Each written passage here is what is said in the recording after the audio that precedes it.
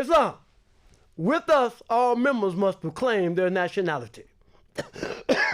And we're teaching our people their nationality and their divine creed, that they may know that they are part and parcel of this said government, and know that they're not Negroes, colored folks, black people, or Ethiopians, because these names were given to slaves by slaveholders in 1779 and lasted until 1865 during the time of slavery.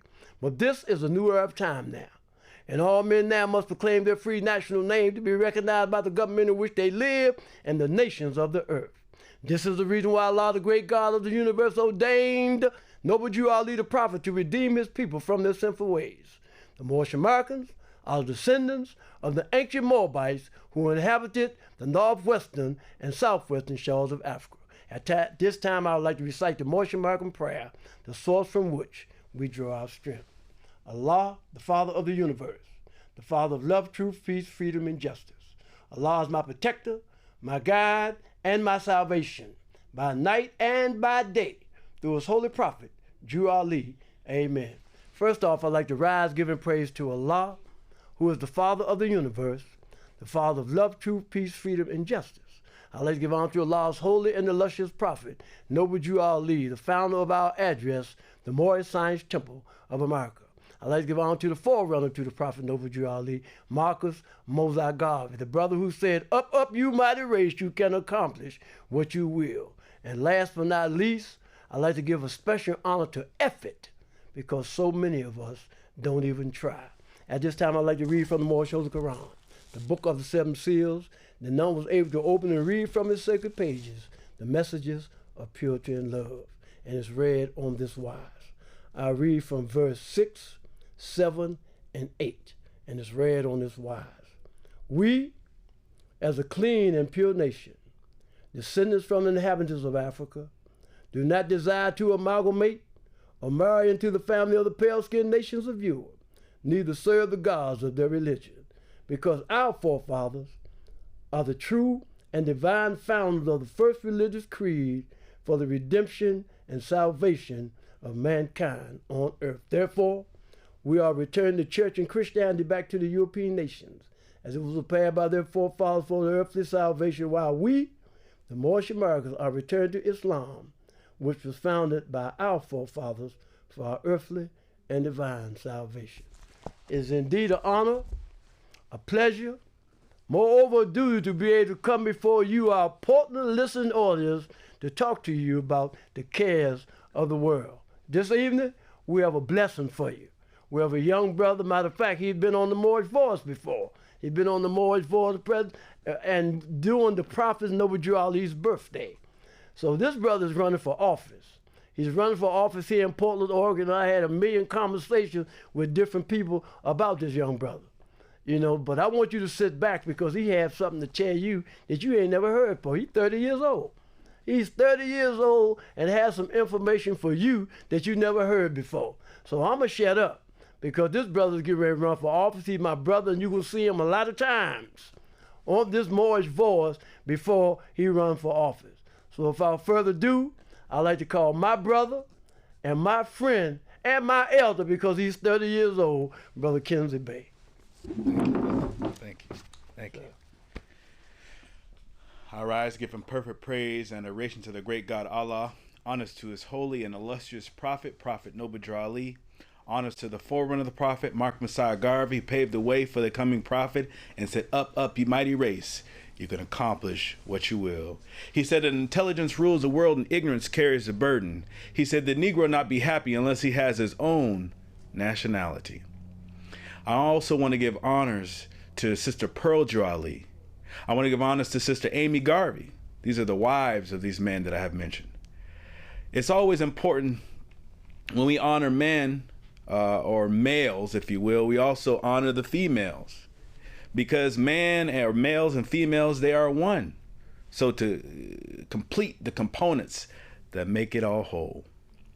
So Brother Lynch-Bey, I appreciate you taking this time to bring me on this podcast and platform to be able to share the things that are in my heart. Today is a holy day. It's Friday. It's the day on which man was formed in flesh, and it's the day on which man departed out of flesh. And so this is a holy day to honor the omnipotence of Allah in man. So we could be able to demonstrate the possibilities of man with our thinking, understanding, reasoning, and willing. Without further ado, I want to be able to share with you one of the greatest pamphlets and documents that has ever been provided to humanity, in my humble opinion. It's called the Holy Quran of the Moorish Voice of America. You may have heard it before. But I'm going to give you some things that, again, like the brother Sheik Lynch-Bey has said, may have not ever heard it before. It says the Holy Quran of the Moorish Science Temple of America. Circle 7, divinely prepared by the noble prophet Durrell. Then pause right there, and it says this, and then you wonder, like, why? Why was this prepared divinely? What does that mean? It says, by the guiding of his Father God Allah, the great God of the universe. For what purpose? To redeem man, M-A-N, from his sinful and fallen stage of humanity back to the highest plane of life with his Father God Allah. Know thyself and Allah. The genealogy of Jesus. Life and works of Jesus in India, Europe, and Africa, in the land of Egypt. It says, Noble Durrell, the prophet and founder of the Moorish Voice of America, to redeem the people from their sinful ways. The divine instructions from the Holy Prophet. It says, Sultan Abdul Aziz Ibn Suwad, the descendant of Hagar, now the head of the holy city of Mecca. Know thyself and thy Father God Allah. The genealogy of Jesus with 18 years of the events, life, works, and teachings in India, Europe, and Africa. These events occurred before he was 30 years of age. These secret lessons are for all those who love Jesus and desire to know about his life works and teachings. Dear readers, do not falsely use these lessons. They are for good, peace, and happiness for all those that love Jesus. Dear mothers, teach these lessons to your little ones that they may learn to love instead of to hate. Dear fathers, by these lessons, you can set your house in order and your children will learn to love instead of hate. I'm going to stop right there just for a moment because I'm just kind of giving an introduction from my point of view to be able to bless you. It first says, dear mothers, but before that it says, dear readers, and it explains about your intention. Because when we intend to do something, we ought to strive to have pure intentions with our pure thinking and thought pattern. It says, dear mothers, teach these lessons to your little ones that they may, M-A-Y, learn to love instead of hate. That's for the mothers. It says, dear fathers, by, B-Y, these lessons you can set, C-A-N, can set your house in order, and your children will learn to love instead of hate. And I'm going to break right there just for a moment. Today, I work for an organization called REAP, R-E-A-P Incorporated, and had my students having a movie day today. We watched a Disney movie called Wish, and another Disney movie called Elemental. For those of you who are not familiar with those movies, you need to run home and watch them as soon as you possibly can. Elemental talks about the elements, fire, water, earth, and air. And of course, it's animated film, short for anima, dealing with an anima object, something that has energy, which is associated with a religion known as animism. Okay, so don't sleep on Disney and don't sleep on movies because they're always putting something in front of you for you to be aware of something. They call it subliminal messages sometimes. Long story short, in Elemental, we talked about the relationship with the father and a daughter. We kind of asked the girls about their relationship with their father and why it's important to have a healthy relationship with your father as a young lady and with your mother as a young man and with your parents all together. It says, the lessons of this pamphlet are not for sale, but for the sake of humanity. as I am a prophet, and the servant is worthy of his hire. You can receive this pamphlet at expense. The reason these lessons have not been known is because the Muslims of India, Egypt, and Palestine had these secrets and kept them back from the outside world. And for the time appointed, had these secrets and kept them back from the outside world. And when the time appointed by Allah, they loosened the keys and freed these secrets. And for the first time in ages, have these secrets been delivered in the hands of the Muslims of America. All authority and rights of publishing of this pamphlet of 1927 by the Prophet Noble Ali. Then it says the industrious acts of the Muslims of Northwest and Southwest Africa. These are the Moabites, Hamathites, and Canaanites who were driven out of the land of Canaan by Joshua and received permission from the pharaohs of Egypt to settle in that portion of Egypt. In later years, they formed themselves kingdoms. These kingdoms are called this day Morocco, Algiers, Tunis, Tripoli, etc. I love sharing that introduction because it gives you some context on what it is that you're reading and all the components that are involved with what you're about to digest. We're talking about industrious acts. We're talking about mother and father. Talk about the children. We're talking about reading, your intent to read. Why would you want to read anything? What is the purpose of reading? When you're reading something, what is the desired outcome of what you're going to extract from what it is that you're going to be reading or digesting or inputting into your brain, right? And then it goes on and talks about the love for Jesus. Why would we talk about Jesus when we're Muslims? It's a very good question. We're going to get into that. And then we talk about India, Egypt, and Palestine. And I would be remiss to not bring up the fact that Palestine is at I wouldn't even say a crossroads, but I guess you could say a crossroads. They're in a vulnerable state. And the Palestinians are in a situation, obviously occupied by the Israeli government. I feel very deeply that this situation has to be resolved and there has to be some sort of ceasefire in order to be able to provide peace, not to the Middle East, to West Asia. Because Middle East is a place that has been made up and has been deemed a region which is in West Asia.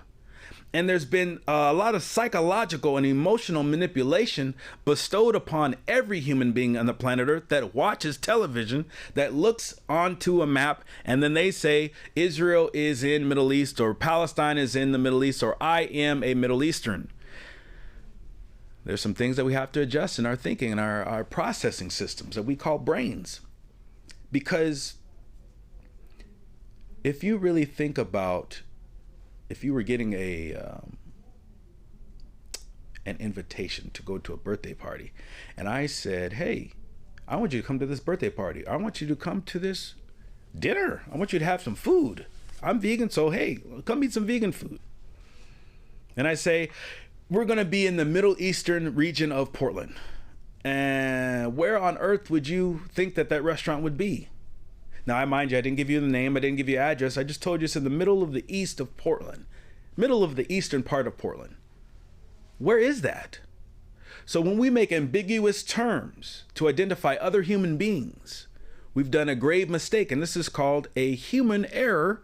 And it is called dehumanization. Denationalization. These are inhumane acts. It's a form of propaganda to poison the minds of all people. This is a grave mistake. And we have to find a way to eradicate it off of the face of the earth. Because it does no justice to it. It doesn't add value to our well-being here on earth. And so yes, Palestine definitely needs to have itself in a position to have full, complete autonomy and self-determination. We're going to talk about that thing too, because there's a group of people that's not quite like Palestine. They don't have borders of lands. They don't have a identification that is globally recognized. They don't have a culture that is very specific and definite. They don't have a flag that they're aware of that gives them the ability to self-determine who they are, what they want to be. and how they want to continue to share with the world on who they are.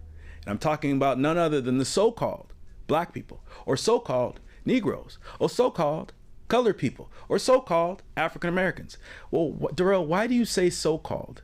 Well, you know, one of my biggest teachers, his name was El-Haj El-Malik El-Shabazz, also known as Malcolm X, also known as Malcolm Little. And he often said so-called. Not all the time, but often he did say. And so did his teacher, who is known as Elijah Muhammad. And Elijah Muhammad is, you know, all intents and purposes, was the co-founder of the Nation of Islam. And he did a wonderful job doing his due diligence by taking our people from a dead state, whether it be recidivism, whether it be drug addiction, whether it be mental illness. He did his best to take them out of that state of mind and uplift them and make them upright to do better in the society and the communities, eradicating generational curses and elevating marriages and no longer dealing with divorce, etc., etc., etc. A lot of great work. And he too also referred to our people as so-called Negroes. And the term so-called is, it means that someone is called this particular name or identification, but they're not that. But that's what they're called. Similar to like a nickname. People in my community, you know, my home back in Eastern Washington, they call me Rail Rail. Obviously, you've seen it displayed on the screen. My name is Durrell. Right? And Rail Rail or Relly, Rail, Big D, Little D, right? These are all nicknames. But my legal name is Durrell Javon Kinsey Bey. And so there's something to say about having a name. And a few months back, I had an opportunity to kind of share a little bit about this topic of nationality and identification with a man named Paul Jackson. And it was on the People Are People podcast.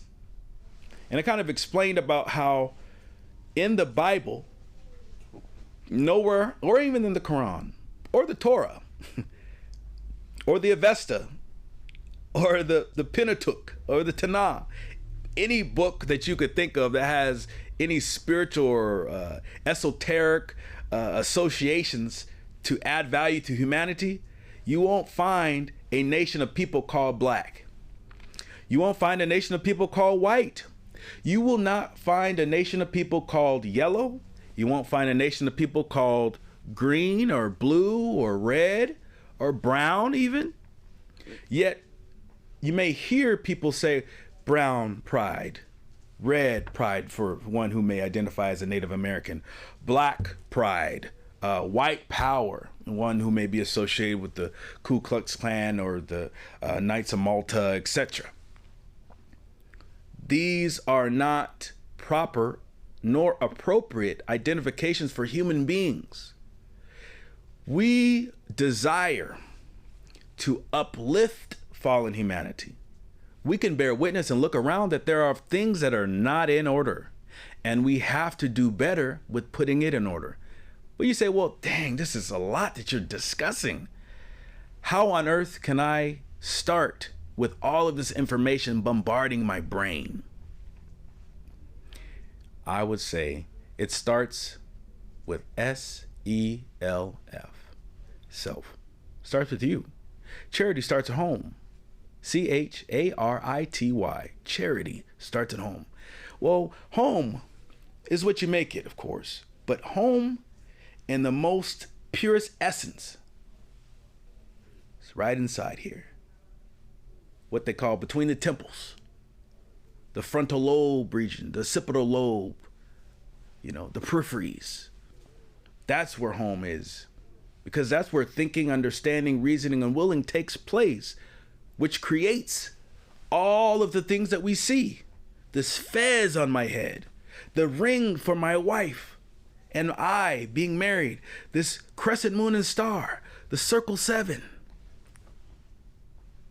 the locks being done in an appropriate way to look beautiful like they are.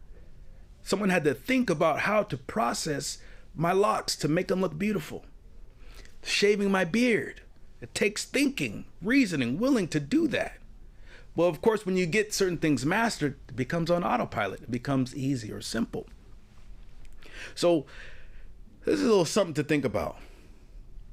Because we only see, in all these books I mentioned, we see nations, tribes, and families.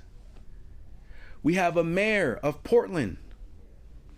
Everybody has their own opinions about him. But this man, his name is Ted Wheeler. Mm-hmm. And Wheeler is a German family. He is German American. He's not a white mayor. That's not who he is. He's not a white man. He's a German American man. Because German Americans have an association with the German American Historical Society that was founded here in Portland, Oregon in the 1800s. This is what it's about. People who are of European descent, you may not know this, but you were also duped, hoodwinked, bamboozled, led astray. Because when some of your ancestors, if not all, came on the shores of America, you were told that you need to identify as white and you need to disregard your name so you can become a part of our society. And some would say that some of these people were known as British or English or Dutch, that had some type of control and say in what goes on here in this new America for the people who were immigrating here through, Ellis Island and what have you. And so things changed. And so with that, I want to get into some things a little bit more and begin to paint a picture on how we can put some things in proper perspective. As it was mentioned, I'm running for mayor. And me running for mayor, I have a campaign slogan. It says, "Truth will unite us." Now, of course, that will only happen if we embrace it as one human family. Because there's no races. It's one race. It's the human race. That's it. That's all. That's all it will be. There's nothing else. And we have to begin to respect, and appreciate appreciation. We have to do these things because that is what my goal is for this city, whether you elect me or not, is establishing moral rejuvenation and healing justice in this city and ultimately the entire country, because this is what you deserve to experience along with your grandchildren. Me being a 30-year-old grandfather, I know it's important. I have a lot going on, okay? The divine instructions from the Holy Prophet, chapter 46, the beginning of Christianity. The foundation of Christianity began in Rome. The Roman nations founded the first church, of whom crucified Jesus of Nazareth, for seeking to redeem his people from under the Roman yoke and law. Now, remember, my campaign slogan is "Truth will unite us." When we ignore the truth, not talking about a relative idea, we're talking about the things that we can say, yes, that is true. We agree that that's true. That is what we have to focus on, not the subjective concepts of truth. We're not going to be dealing with that because it's a bunch of waste of time. We're going to focus on the true things. But in regards to this specific chapter, we have to have that lens. It says that the Roman nations founded the first church, of whom crucified Jesus of Nazareth. And why did they do that? For the reason of him seeking to redeem his people from under the Roman yoke and law. Jesus himself was of the true blood of the ancient Canaanites and Moabites and the inhabitants of Africa. This has been an argument for many, many, many generations. And we have to ask, why has it been an argument? Why is it such a big deal? Because if Jesus was a European, why is all there a bunch of fuss? Why is there a bunch of fuss? Why is there other pictures and depictions of someone who's not European? Why is there like a mixture, or he was half European, half African, or he was Asian because he came from the Orient? Why is all these different depictions if he was indeed of European descent? Well, the answer to the question goes back to the first sentence. The foundation of Christianity began in Rome. That's the foundation.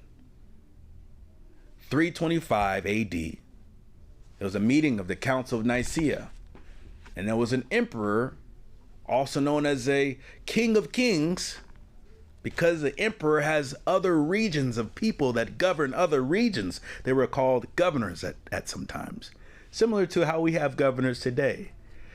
But these governors were just a little different because they were part of the Roman government. And these individuals came together and formed what we now know today as Christianity. And of course, there was a connection to Catholicism.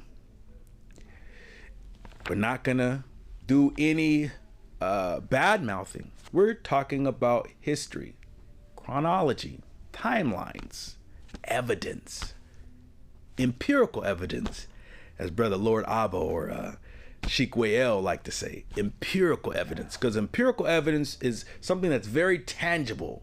There's no watered down misconceptions or misappropriations of anything of that sort.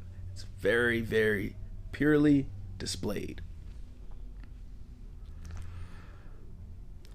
Says, seeking to redeem his people in those days from the pressure of the pale-skinned nations of Europe, Rome crucified him according to their law. So here's painting a picture, a distinction of what Jesus' heritage was, who was striving to cause animosity towards him, and people that looked like him. Okay? Then it says, then Europe had peace for a long time until Muhammad I came upon the scene and fulfilled the works of Jesus of Nazareth. Now, you don't have to believe that, but I can tell you what, there's something called comparative analysis. And comparative analysis is when you compare different components and you analyze them and you kind of scrutinize the different details that may be parallel or similar to what it is that you are looking at, right? So both of these men were in particularly similar regions of the planet, and they had a similar oppressor or adversary that was trying to cause resistance in what they were striving to provide the people.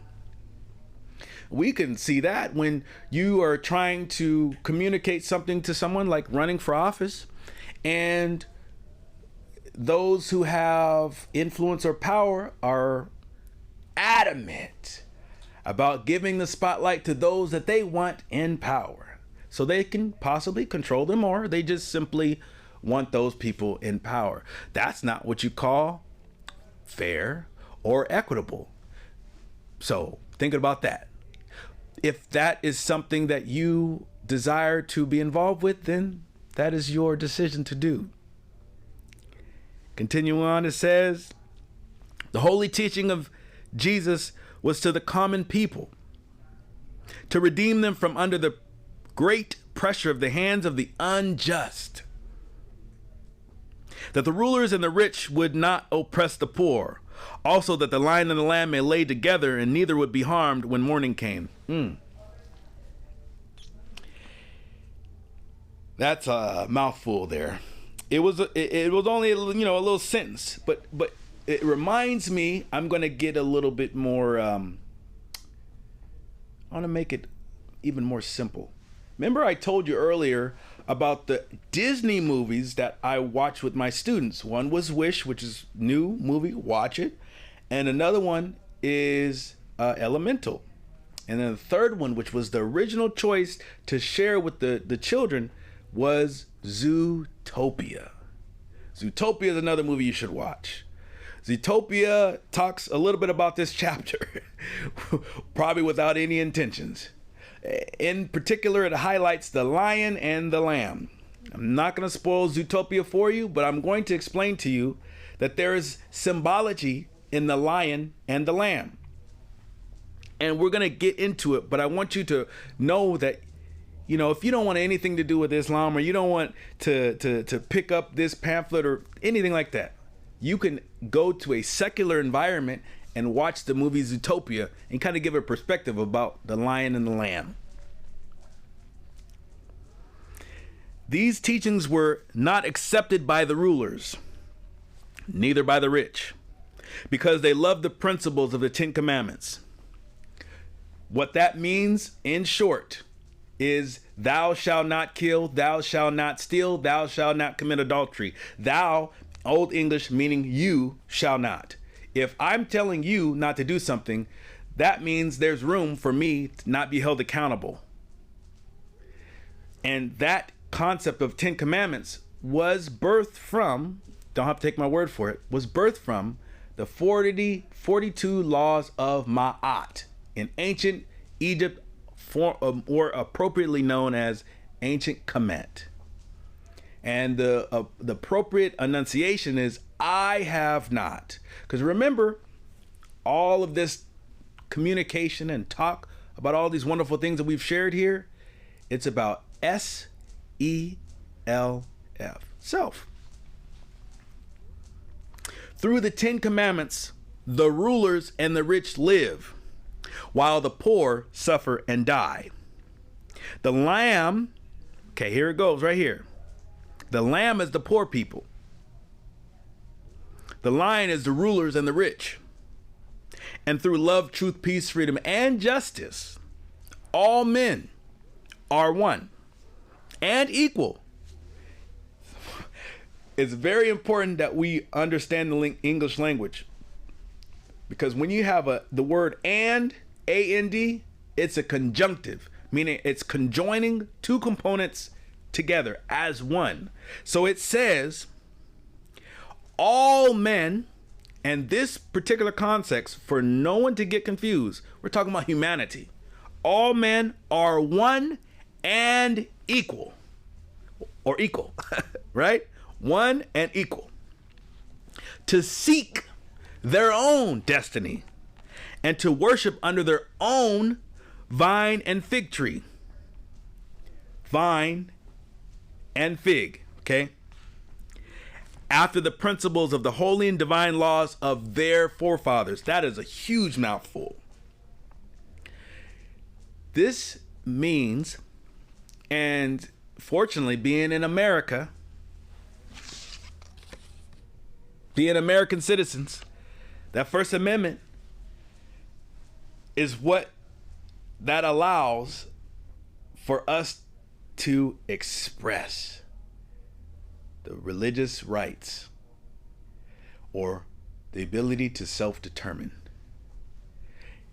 And the state of Oregon is talking about the expression of one's own conscience and consciousness, their awareness of what they see, feel, and believe. And they articulate it according to their own destiny, will.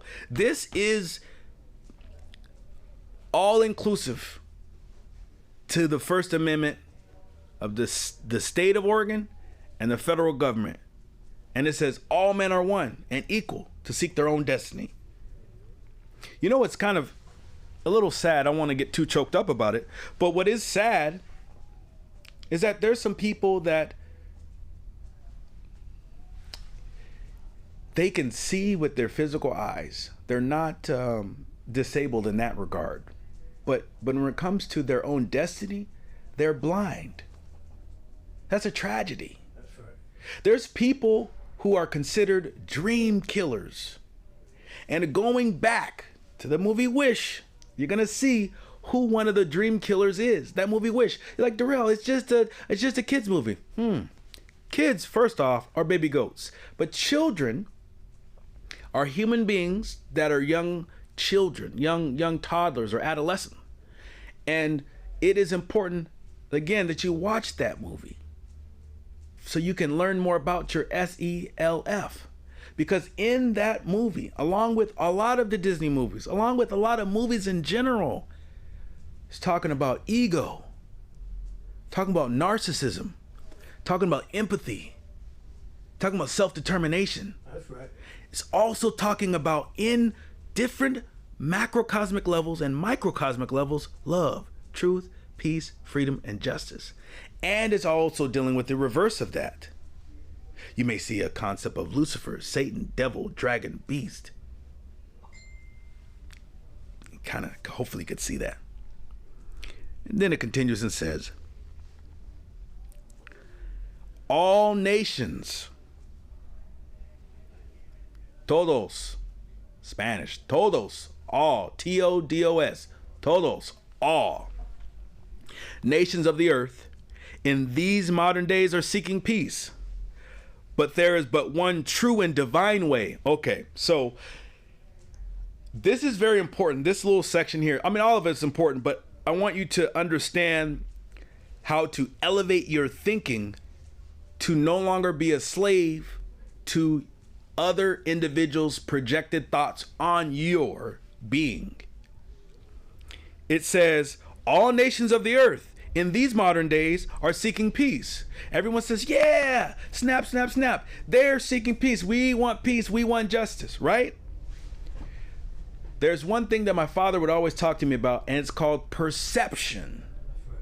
If you perceive that justice or peace is you slapping your wife across the face, that's domestic violence. But you do that to have peace in your home, but that's not peaceful.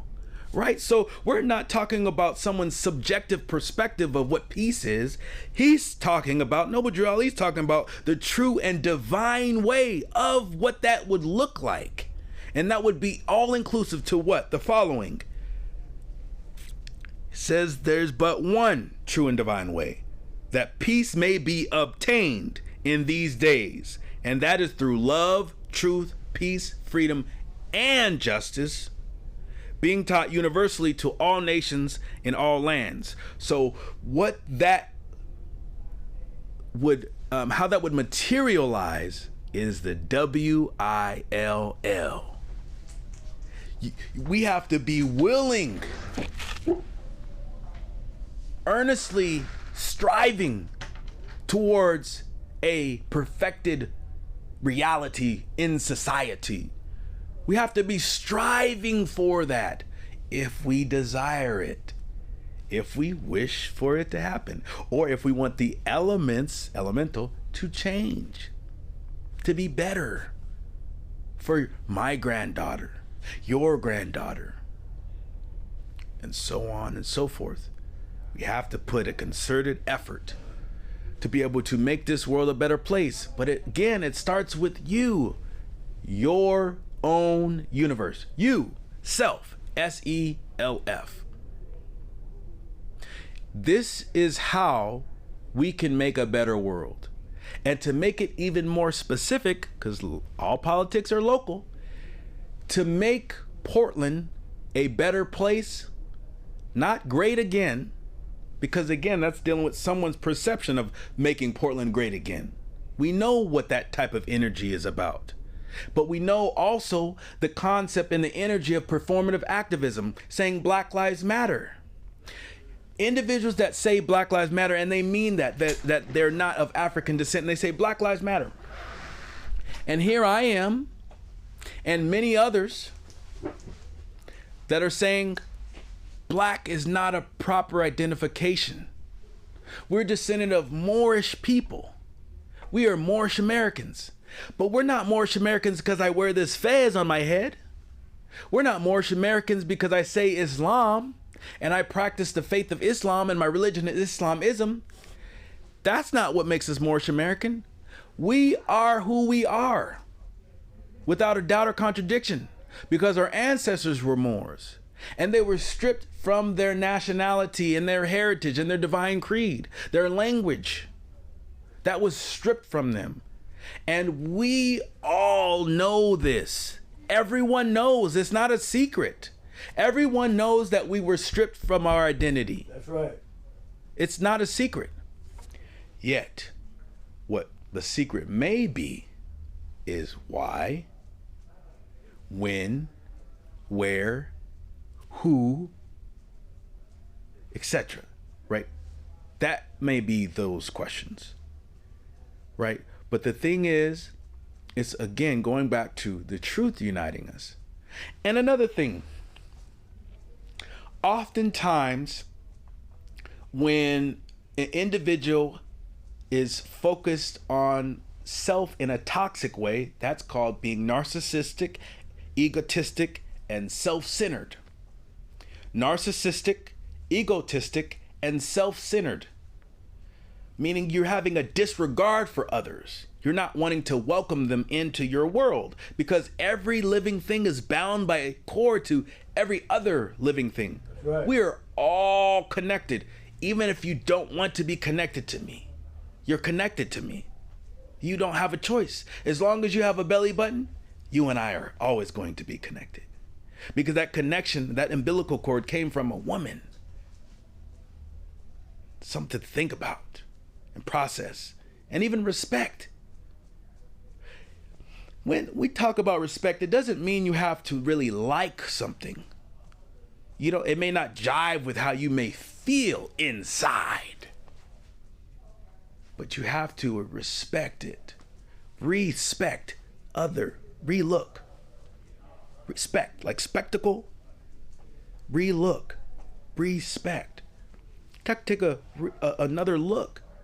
To have a different world view.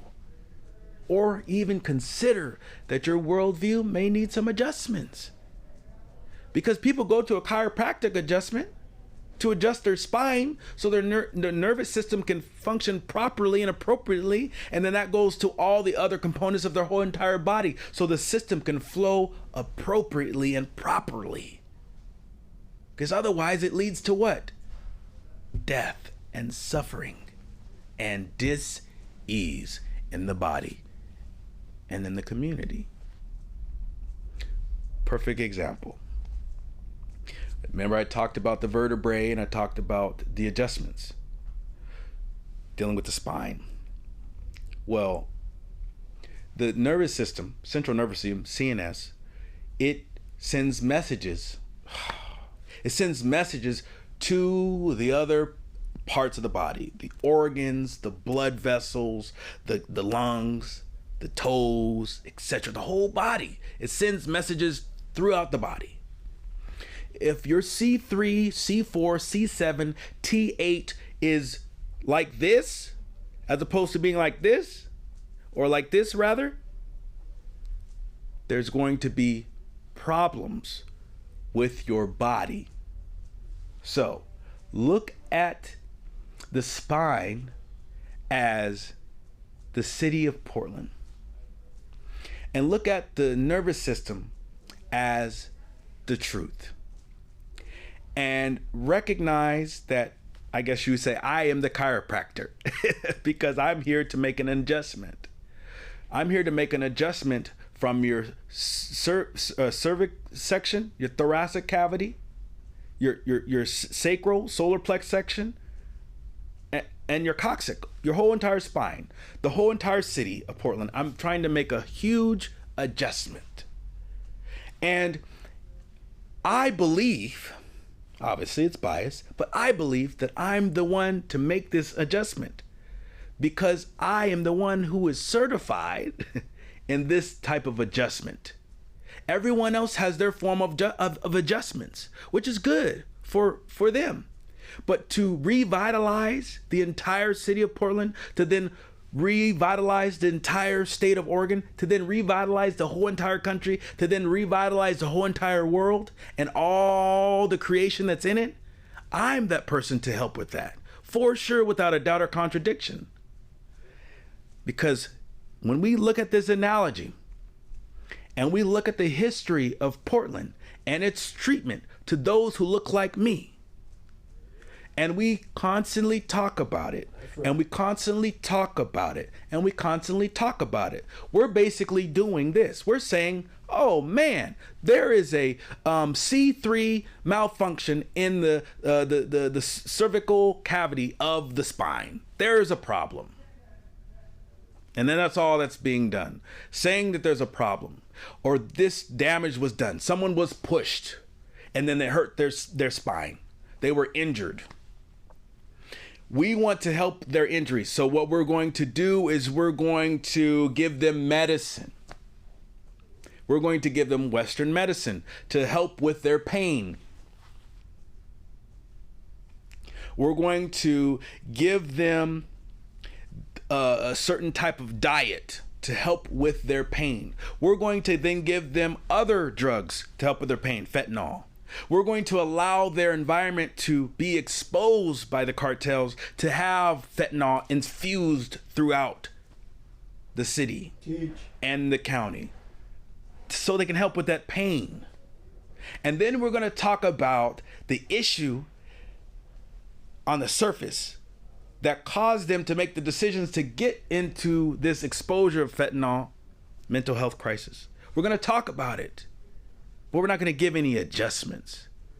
And we're going to ignore the fact that there were racial issues that were specific to eradicating a certain group of people off of the face of the earth and or out of the borders of Portland and Multnomah County and Oregon from the inception of the Constitution of this state. We just kind of talk about it. We don't make any adjustments. So the adjustment is properly identifying people according to what they are, and if you have it in your heart, assisting with that process. Why on earth is there a group of people that say that black is not a proper identification, and then you go across the world and you look up all the books and it says the same exact thing? Are these people crazy, or is there something that's going on that is crazy? And these people who are saying these things about nationality are right and exact. That's right. The Moorish people have added so much to this world. That's right. And yet their descendants get no credit. Their descendants, what their descendants get, it's pats on the back when they do things for those who are not African descent, those who are in a position of power, to then be able to be manipulated, blackballed, blackmailed. You see how it's not anything associated with self-determination? For them to be able to have something for their own, to call their own, to be honest and be truthful, so that information can flow and the body can be purified. Because that's what dis-ease is all about. Because there's something that is wrong and it causes the body to react because it's trying to fight against this resistance. And so we have an opportunity to fight against this resistance. 5 minutes. Thank you. And it is starting with the one that we look in the mirror, like Michael Jackson said, the man in the mirror. Because reflection is the business of man. That's right. When we look ourselves, we're not talking about just the mirror.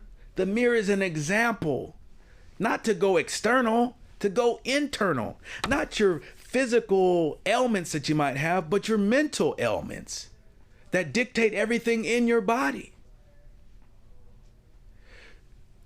That is the message for today. Self-realization, self-discovery, self-control, self-image, self, yet with balance, to not be self-centered, not be egotistic, and not be narcissistic. Strive towards being empathetic. Strive to be in a position to help your relationships, your family dynamics thrive. We are no longer dealing with resiliency in the way that we have in the past. Resiliency is dealing with one who is able to just struggle constantly and overcome it. Just struggle constantly and overcome it. But why does the struggle have to be at the level that it is? We could struggle in a different way. And it could be a different day for affairs for us to conduct. Because we're always going to have challenges as human beings on this earth and in these physical bodies. Yet it does not have to be in a structure that is based off of destruction, chaos, and confusion. Which brings me to this last point, which wasn't really mentioned in the chapter that I read to you, but the context and the money system that was utilized at that time when Jesus was around and Muhammad, gold and silver was a currency that was valued and utilized in circulation, and still is today, just in a different capacity. Yet, right now in Texas, the state of Texas, we have government, state of Texas, that is formulating their own currency backed by gold. As rumor have it, as I was on this show the other day, there's the state of Utah that's doing the same exact thing. And as a mayoral candidate, I would advise each and every one of you to establish a gold and silver reserve for you and your family. Get a safe, get a safety deposit box, get some container and put it in the dirt somewhere on someone's property that you're connected with, that y'all can stash it or something. Keep it protected, because that is going to help you in a hedge against inflation. Because in the event that the United States dollar falls to the bottom of the barrel in the dismal crypts of backwards thinking, you will be able to adapt and maneuver and adjust, barter, and trade with different individuals and entities that you may encounter yourself with. Get yourself a passport. It's called being prepared. Because if you're not prepared, you're scared. Because proper preparation prevents poor performance. That's why we have CERTs with FEMA. CERT is Community Emergency Response Team. Community Emergency Response Team. We just had an issue of an emergency in Baltimore. Ship just ran into this bridge and collapsed, and that was it. We have about 12 bridges here in Portland. We have to be prepared for whatever may happen or whoever may come and seek to do us harm. So these are things that I want us to just be thinking about, because I'm the one who's striving to be responsible for your well-being assistance, the assistance of your well-being, because you are responsible for yourself at the end of the day. Don't rely on me. Rely on yourself and work with me so we can better everything around us together. Thank you. Praise Allah, Moor. Praise Allah. Man, I really enjoyed this, man. We got to get you to come back here. You know, Drew Ali said he come for the young and yet born. Amen. He said the old can follow if they want. And what we're doing right now, if you're teaching this gospel, which is the gospel of the resurrection of the dead, even if you didn't win this year election, just by you coming on here, teaching this everlasting gospel, somebody gonna hear you. Amen. But I like what I seen today with the youth. I seen you had some of your children, right, looking at a movie. But if the time ever come that when you come here, it'd be a good idea to bring some of the children here and let them come here and tell us, just like we say your father coming. So bring those children here and let us know what they done learned. You Right see on. what I mean? Because when I started school, we first was Negro. Then we was colored. Yep. See? And then once they killed Martin Luther King, then we become black. And on the black flag I know is the one that killed roaches. So man, I appreciate you, brother. Yes. And I want you to come back so we can hear your concepts about, you know, your movements as being the mayor of this city. Yes, sir. Because most of the European Asiatics I talk to, they don't have, they somewhere else. Man, you talked about it in brief. Yeah. But praise Allah, Moor. I really enjoyed this, man. And I haven't met your son yet, your new baby. Yeah. I haven't met him yet. Oh, you talking about the granddaughter? You got a granddaughter? Yeah, I got a granddaughter. Oh, that's what you talking But about. you met my son. You met my son Nazir. Your son was on the show. Yes. But the granddaughter, yeah, she's about 2 months old. What? So my wife and I, we share 3 children. We biologically have one that we share. Oh, okay. Yes. Okay. So the oldest is 26. The middle is 11. Okay. About to be 12, and then Nazir's 2. Okay. Yeah. So he and his girlfriend, they just had a baby. My man. Yeah. Now Well, bring him on the show, brother. Right Well, on. do me a favor. I want you to repeat after me. Ye are the children of one father. Ye are the children of one father. Provided for by his care. Provided for by his care. And the breast of one mother. The breast of one mother. Has given ye suck. I've given ye suck. Let the bonds of affection. Let the bonds of affection. Therefore. Unite thee.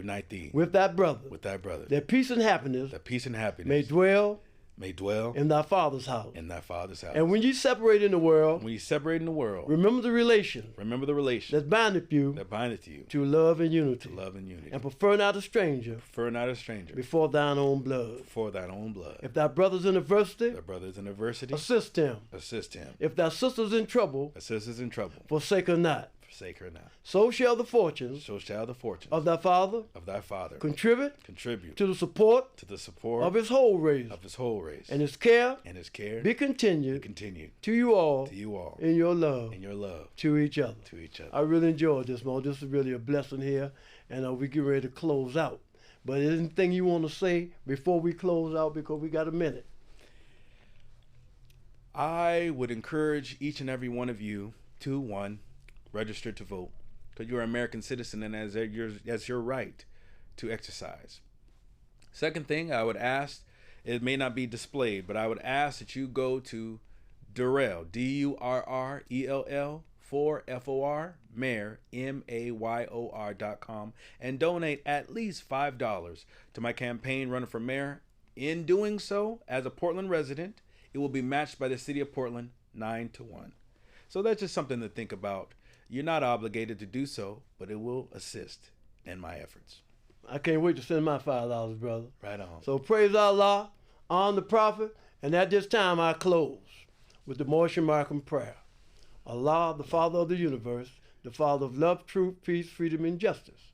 Allah is my protector, my guide, and my salvation, by night and by day, through his holy prophet, Jew Ali. Amen. Wade in the water, wade in the water, Muslim, wade in the water. Jew Ali done trouble the water. Don't sing more. Wade in the water, my man. Wade in the water, Muslim, wade in the water. Drew Ali done trouble the water. Who is that all dressed in white?